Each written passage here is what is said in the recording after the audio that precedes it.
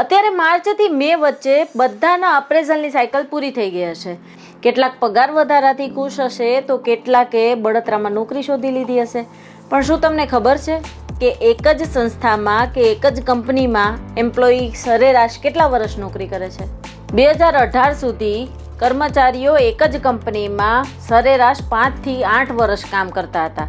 પણ work culture બદલાઈ જતા આ વર્ષનો ગાળો ટૂંકો થઈ ગયો છે. મિલેનિયલ્સ અને જેન્ઝીનો એક કંપની સાથે કામ કરવાનો ટેન્યોર 15 થી 18 મંથનો થઈ ગયો છે. 35% કર્મચારીઓ એક કંપનીમાં 2 વર્ષથી પણ ઓછો સમય જોબ કરે છે.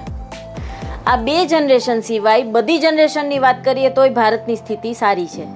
દુનિયામાં પુરુષોનો એક એમ્પ્લોયર સાથેનો સરેરાશ નોકરી ગાળો જ્યાં 5 વર્ષ 4 મહિના જેટલો છે, ત્યાં ભારતની સરેરાશ 8 વર્ષ 8 મહિના છે.